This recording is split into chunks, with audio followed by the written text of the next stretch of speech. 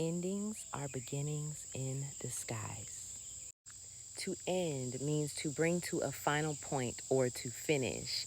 And it's just like when you read a book. One chapter may come to an end, but it leads to the start of a new chapter. One book may come to an end, it starts a new book. One season may end, and it is the start of a new season. And so just because something has come to the final point or it's finished does not mean that it is altogether just done. It is just done in that way. So the relationship may end, but it's just the end of that relationship as you've known it. Energy never dies, it only transitions, it only transforms. And when you realize that a lot of us fear transformation, a lot of us fear change, it's really not the endings of things that we fear. It's the uncertainty, the unknown of what will come of this transformation, what will come of this shift. Why is that?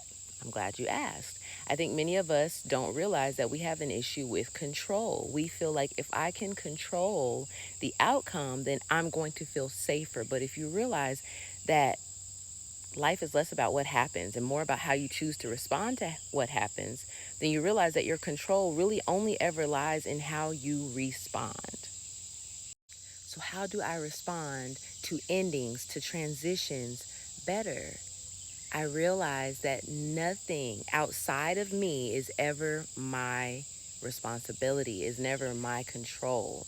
The only thing that is my responsibility, the only thing that is in my full control is how I respond to what happens. So if something begins to shift and take a different form, allow it, receive it, meet it with grace. Does that mean that it doesn't still hurt, that it's not challenging, that it's not, you know, an adjustment? No, it doesn't mean those things. But if you realize that that's what life is all about, the only constant in life is change, is evolution.